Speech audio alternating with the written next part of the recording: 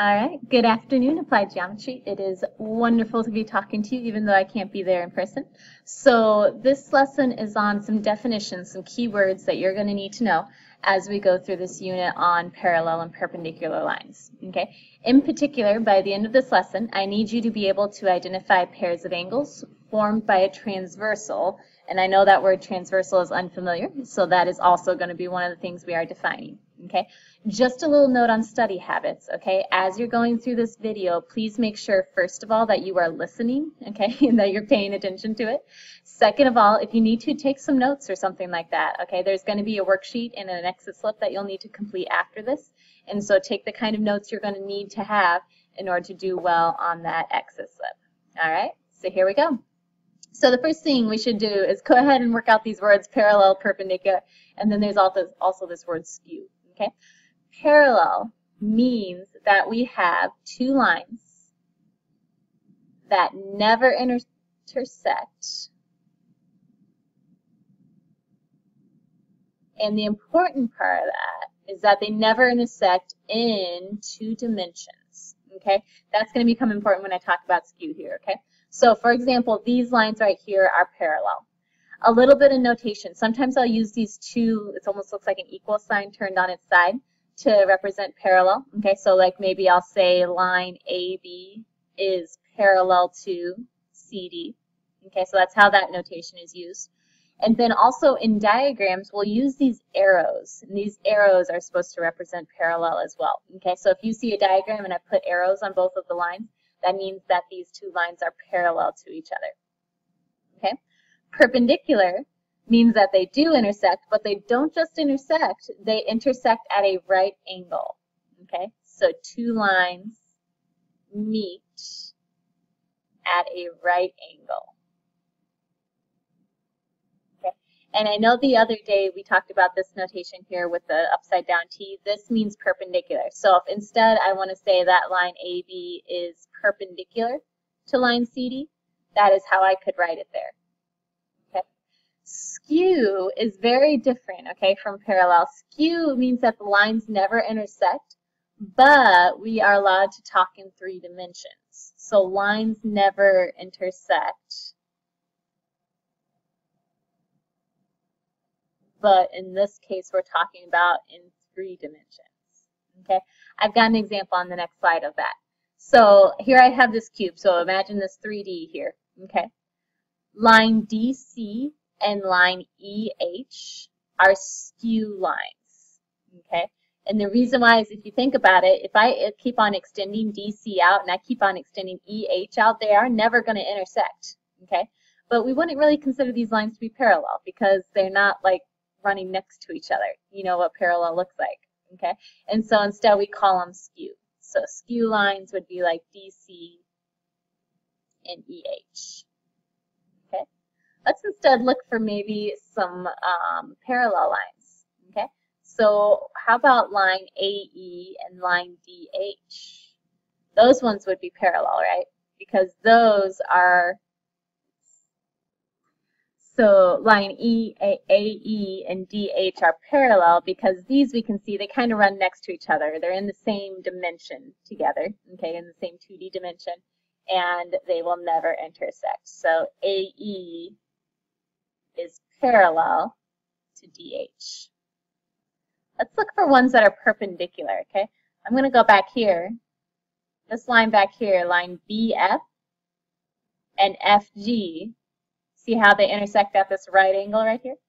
Okay, so that means that BF is perpendicular to GF. And there you go. Okay? All right, here's another example. I have line L and line M, okay, and so line L could possibly be parallel to line M. Notice how I named that, okay? I named a line with just a letter instead of two letters, okay? That is acceptable. As long as a line has an italicized letter on it, you can name it with that line, okay? Notice how line N crosses over line L and line M, okay? Let's say it crossed at a right angle. That would mean that line L is perpendicular to line N, right? Or it also means that line M is also perpendicular to line N. Okay. We have a word for this line that crosses over two other lines. That is called a transversal. Okay, so a transversal is a line that crosses over other lines.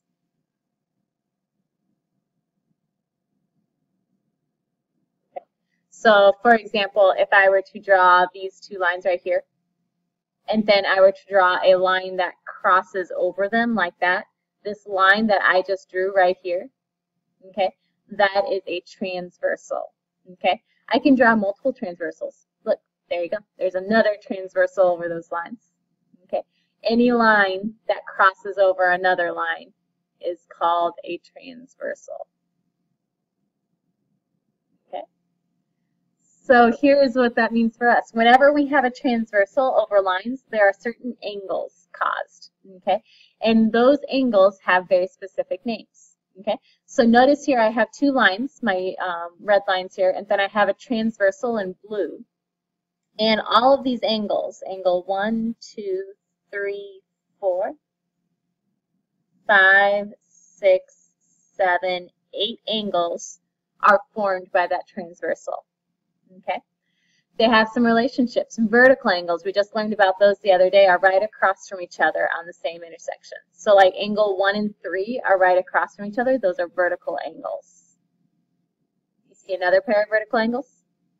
Yeah, angle 2 and 4 are vertical. You've also got these ones down here, right? So angle 5 and 7. We've also got angle 6 and angle 8. Awesome. Okay. We also have these things called corresponding angles. Okay, corresponding angles are in the same position, two different intersections. So for example, angle 1 here is in the upper right, I guess you could call it, of this intersection. Angle 5 is also in the upper right. So these two angles are called corresponding angles. So angle 1 and angle 5 are corresponding. Okay, what do you think corresponds to angle 2? Very good. It should be angle 6. So angle 2 and angle 6 are corresponding.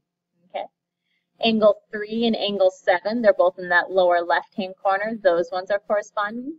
There's one more pair of corresponding angles. You see them? Yep, angle 4 and angle 8. Good. All right, alternate interior angles. Let's pick this apart a little bit. Alternate.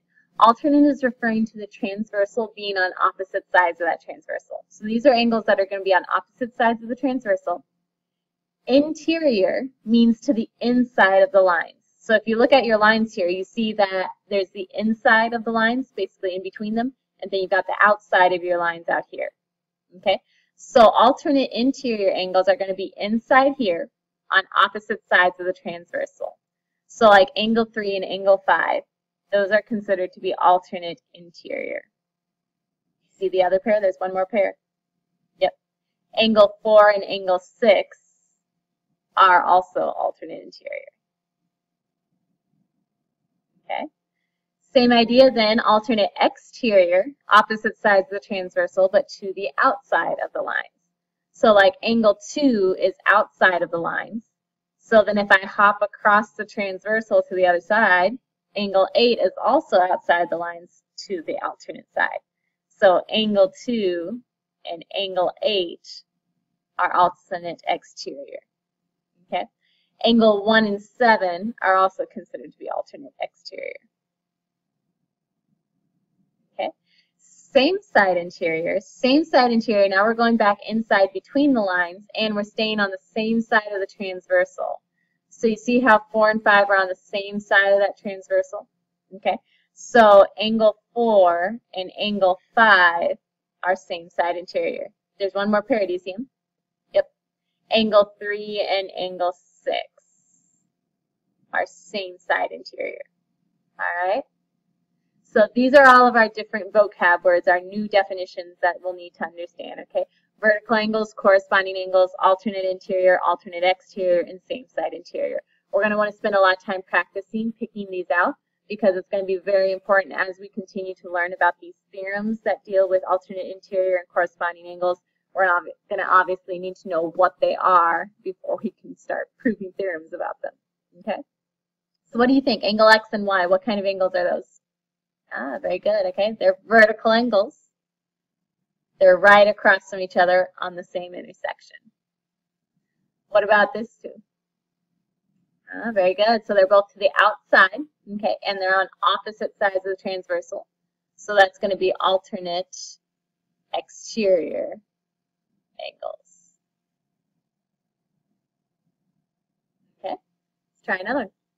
Well, what about these two angles? Yep, so X and Y are on the same side of the transversal. They're inside. So I'm going to call those same side interior angles. Okay, the next one. Ah, yeah, these are tricky, okay? This one's in the lower left-hand corner. This one's also in the lower left-hand corner. One's inside, one's outside. Those are called corresponding angles. They're in the same position on the two different intersections.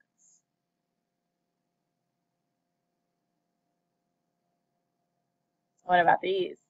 Yeah, so I'm trying to throw you off with this extra transversal. Don't be thrown off by it. Just concentrate on this transversal right here, the one that the angles are on. Okay? And if you concentrate on that transversal, you'll notice you've got one in the lower right-hand corner and the other one in the lower right-hand corner. That is a pair of corresponding angles. Okay. So I can have complex diagrams. We know from our embedded assessment that's something we have to learn to deal with. Okay. And we can still pick things out of them. Because look at this. Now I've got 3 pairs of lines with a transversal that goes over all of them. But if I just concentrate on where the angles are dealing with these 2 lines and this transversal. And so if I concentrated on that, I see I've got one in the lower left, one in the lower left. They're both in the same place on 2 different intersections. That is corresponding angles. All right. What about these 2? Yeah, I turned it on its side, which is all right. This one's in the upper left-hand corner. This one's in the upper left-hand corner. I have another pair of corresponding angles. So I've had a lot of corresponding angles. That's because that's probably the one that's the most difficult to pick out. The rest of them are kind of easy to get to. Okay. What about these ones? Yeah, so notice you've got your 2 lines here. Transversal that crosses over them. And these 2 are both inside on the same side of the transversal. So we've got some same side interior angles. So take a moment. How are you doing? Are you getting better at identifying pairs of angles caused by a transversal? I hope so. There you go. So these angles are right across from each other on the same intersection. So they're just vertical angles. They're kind of different from the other ones. Okay. So I could have you go ahead and pick all kinds of different pairs of angles out of this diagram. We're going to skip that for right now, though. Okay. All right. Name a pair of same side interior angles with a transversal L. So if I want L to be my transversal, that means that's the one doing the crossing. Okay. And I notice this one is crossing over this line and this line. Okay, so this is what I'm dealing with here. This transversal and these 2 lines. So if I want same side interior, I'm going to have to go inside of it. Same side of the transversal. Looks like I've only got one option there. Angle 3 and angle 7 are same side interior angles. Okay. All right, what if we want to draw 2 lines in a transversal such that angle 1 and 3 are corresponding, angle 1 and 2 are alternate interior, and angle 3 and 4 are alternate exterior? All right, let's start drawing. So I've got my 2 lines and my transversal. Okay, 1 and 3 are corresponding. I'm going to look ahead there. 1 and 2 have to be alternate interior, though. So that means when I place angle 1, I need to place angle 1 inside of the line so that it can actually be alternate interior in the next part there. So I'm going to put angle 1 here. So if angle 1 is there, then angle 3 would have to be there because that would make them corresponding. Angle 2 would have to be here because that would make 2 and 1 alternate interior. And that means angle 4 would have to be here because that would make angle 3 and 4 alternate exterior. Good. So what type of angles are angle 2 and 4? Ah, they're both in the upper left-hand corner. Very good. So they are corresponding angles.